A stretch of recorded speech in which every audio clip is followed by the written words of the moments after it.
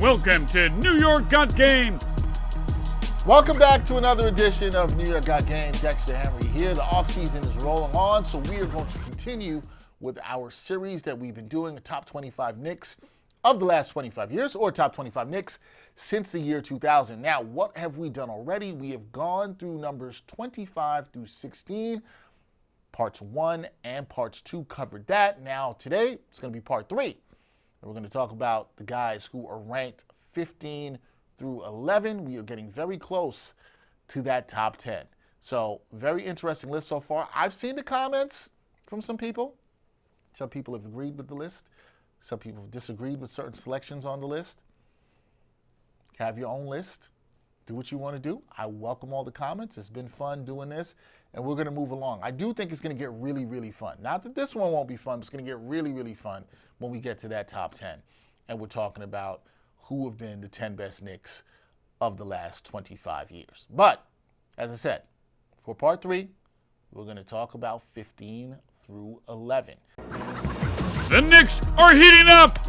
And we're going to kick off, or tip off, I should say, number 15, with a Knick who's been here in recent memories for about a season and a half. He hasn't played 2 full seasons, but played his first full season last year with the Knickerbockers, and that is OG Anunoby. Now, many of you will remember, and some of you saw this, when the Knicks acquired OG Anunoby, I was here in studio with Jonathan Macri of Knicks Film School, with CP the franchise, and it went down, and everybody, we were shocked at the trade, but we loved the trade. We loved the trade, and obviously it involved one of the players who's already made this list that we talked about, and Emmanuel Quickly.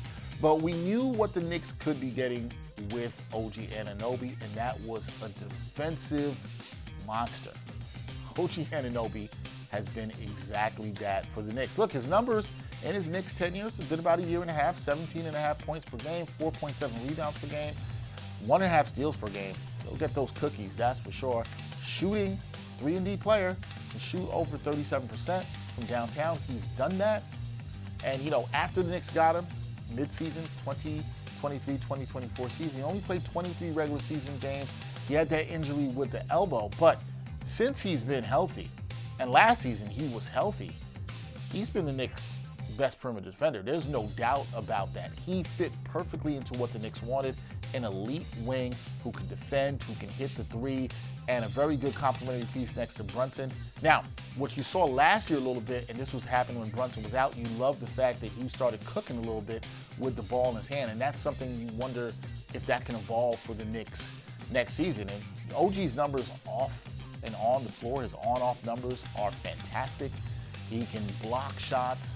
He can have tremendous value for this Knicks team. His impacted metrics, they go up, they skyrocket when he's on the floor. The Knicks are just better in terms of defensive rating when he's on the floor. They're also better in terms of net rating when he's on the floor. And the team win percentage improves all the time. He had a couple of standout games last year. I think most notably the one that he had early in the season in Denver. There were some fantastic games he had late during the Knicks West Coast trip. And I said when Brunson was out, you saw what he could do a little bit with the ball in his hands. Is he always great? Does he sometimes have a penchant for turning the ball over? Yes, but this is one of the best on-the-ball defenders in the NBA. And last year, you got to see him healthy for most of the time. It'll be very intriguing to see what he can do for the Knicks next year. And I'll even say this, he's one of the best on-ball defenders in Knicks history. He's the best on-ball defender in the team right now, one of the best on-ball defenders in the league right now, and one of the best on-ball defenders in Knicks history. He's just a fantastic defensive player, gives a ton of effort.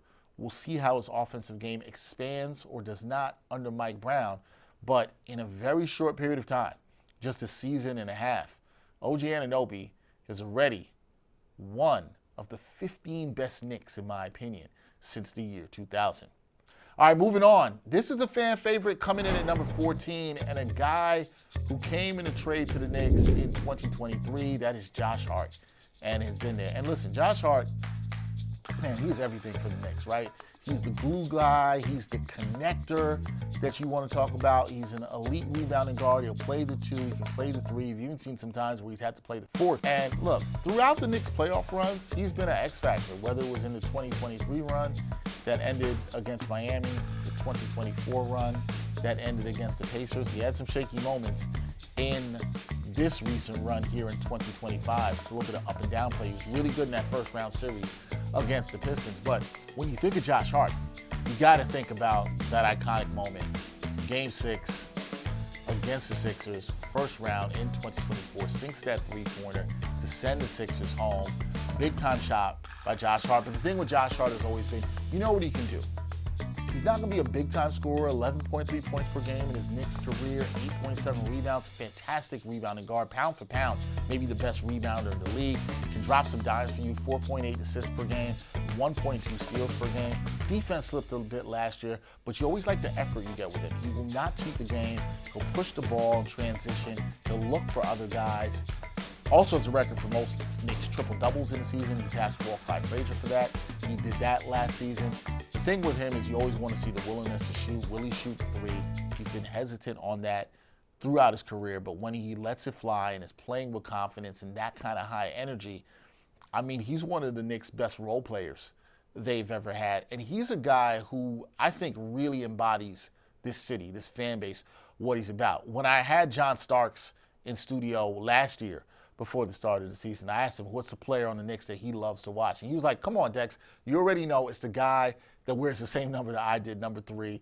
And why? It's just because of the way he plays. He being John Starks, loved the way and loves the way that Josh Hart plays. It's the same kind of tenacity, same kind of energy, and he really loves that. And I think Josh Hart, since he's come to the Knicks in 2023, has really embraced the city has embraced him.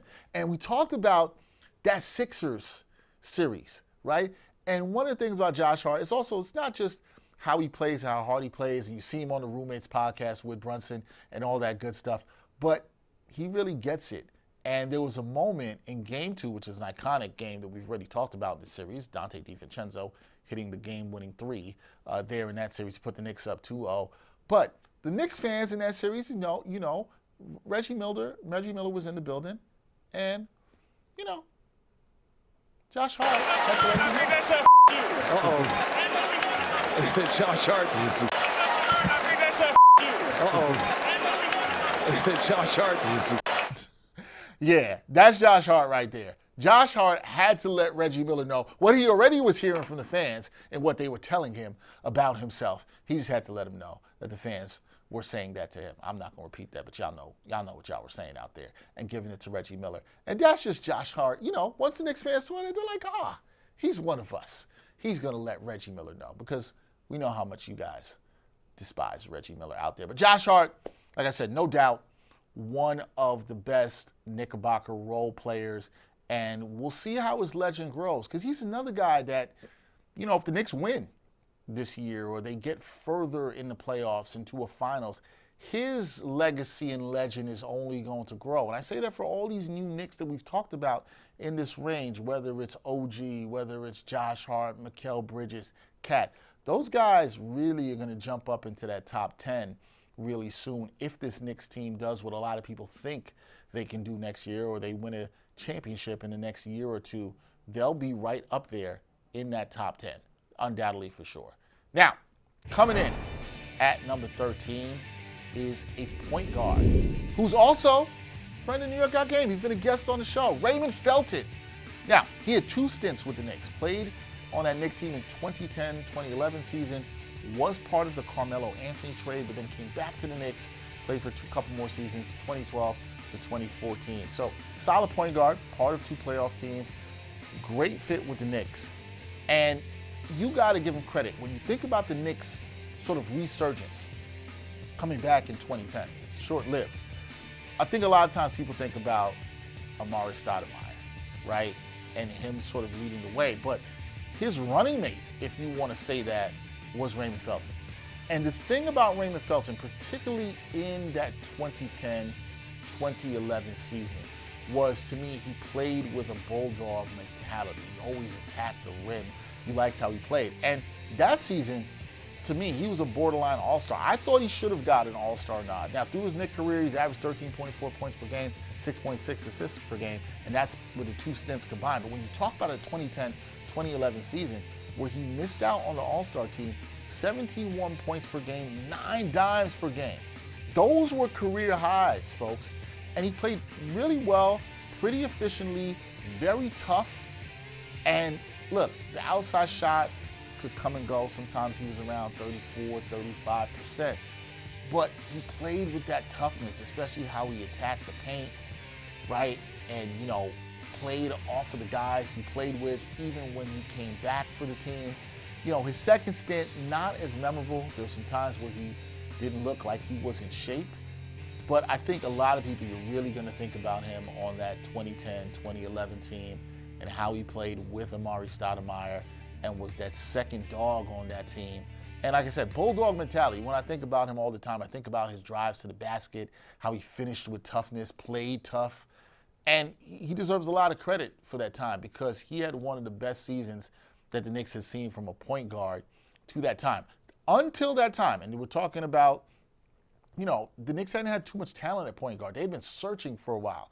And this is no shade to some of the people I mentioned. There was Chris Duhon, who I know was the Knicks record for assists. I understand all that. Chris Duhon was out there. This is post-Stephon Marbury. He's one of the more talented Knicks point guards that we have seen. But Raymond Felton came in and gave some stability to the Knicks on that 2010, 2011 team at point guard and played really well in the pick and roll off of Amari Stoudemire. So Raymond Felton, it's not a flashy name. He didn't have a great Knicks career, but like I said, I look at the combination of longevity here and your time and what you did with the Knicks and what you did at your peak.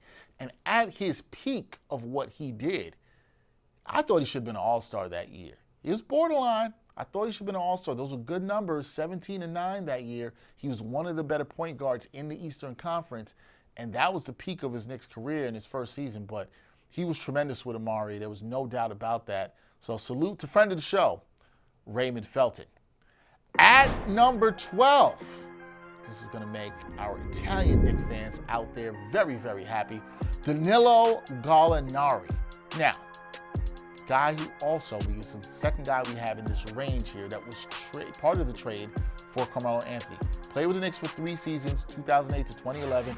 Key piece in rebuilding the Knicks so they could get Carmelo Anthony. He was part of that trade, and he showed a lot of promise before that trade to Denver, including that season where he was traded for Carmelo Anthony, because I think right then at that point, a lot of Knicks fans were looking at Danilo Gallinari and saying, okay, he's starting to turn the corner. Could he be that guy? Now look, Gallinari was never that guy, particularly in the NBA. But when you look at the prototype of him when the Knicks drafted him in 2008, right? He was that modern NBA guy, sort of the modern European guy that you see now. 6'10", could shoot the three.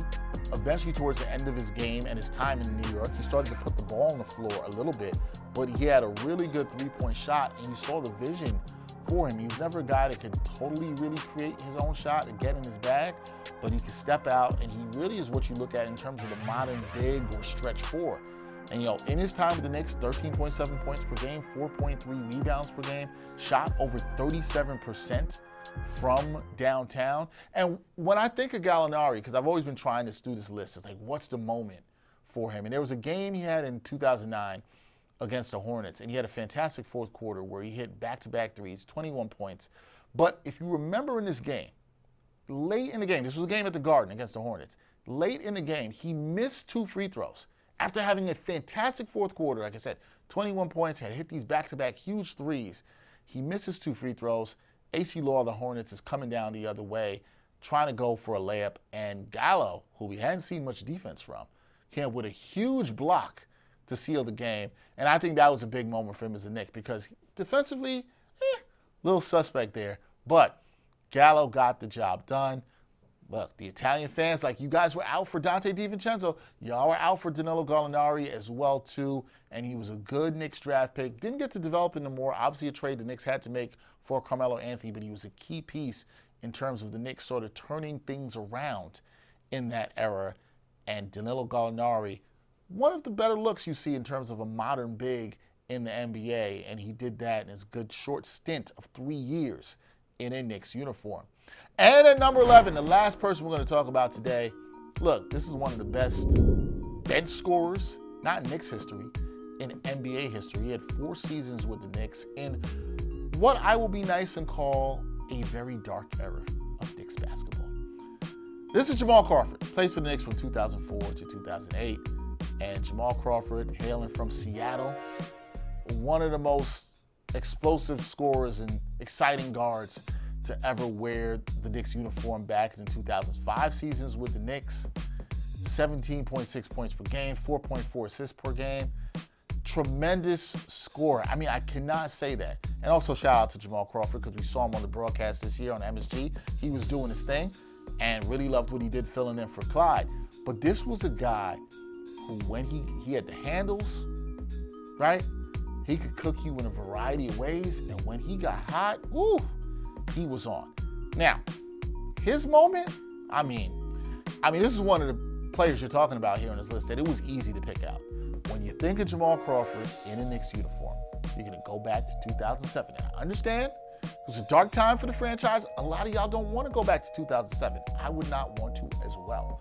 But you're going to remember the game against Miami. It was two losing teams. They both had 18 wins at the time, and Jamal Crawford went on a heater. 52-piece is what he delivered. Now, 52 points is a lot. He shot 20 of 30 from the field, 8 of 10 from downtown, and his Knicks won this game 116-96. But here's the thing, people. At one point in this game, he made 16 field goals in a row. That is the definition of on fire. That is NBA Jam on fire level. 16 field goals in a row. That is insane. I don't know the last time we've seen anybody that hot in a game. I mean, he was literally on fire, out here smoking the heat. No pun intended. But Jamal Crawford could fill it up like that. This is a guy who won Sixth Man of the Year 3 times in the NBA. He finished 14th in 2006 with the Knicks.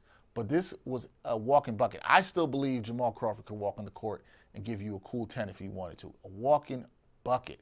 For sure. I mean, one of the best scorers. He was a great reason to watch the Knicks in that time between 2004 and 2008 because there was a lot of turmoil and there was not a lot of reasons to watch.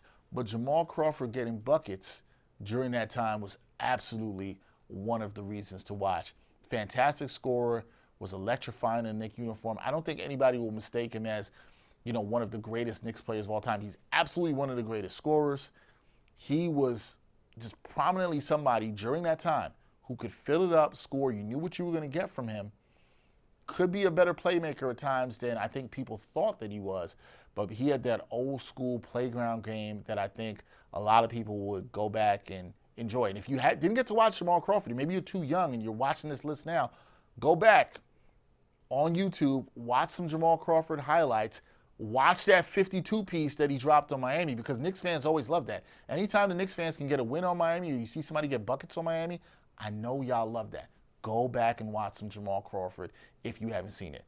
That man was cooking. That man could cook.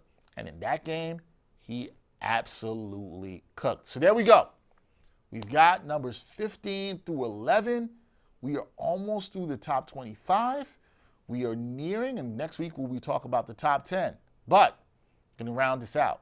At 15, we have OG Anunoby. Number 14, we have Josh Hart. 13, Raymond Felton, friend of the show. Number 12, Danilo Gallinari. And number 11, Jamal Crawford. Let me know what you think about these 5 in part 3. Where you think they've been listed? Should somebody have been ranked higher? Should they have been ranked lower? Should they have not have made the list at all whatsoever? Let me know what you think in the comments. We're going to keep this going. We'll be back next week with part 4 as we go from numbers 10 through 6 in this series of the top 25 Knicks of the last 25 years. Special thanks, as always, to the people that make this show what it is. My producer, Erica Block, associate producer, Nick Federico, editor, Eduardo Guerrero, and production assistant, Tommy Cohen. I'm Dexter Henry. We're going to keep rolling through the offseason. We'll catch you next time on New York Got Game. And thanks for watching New York Got Game. Boom shakalaka.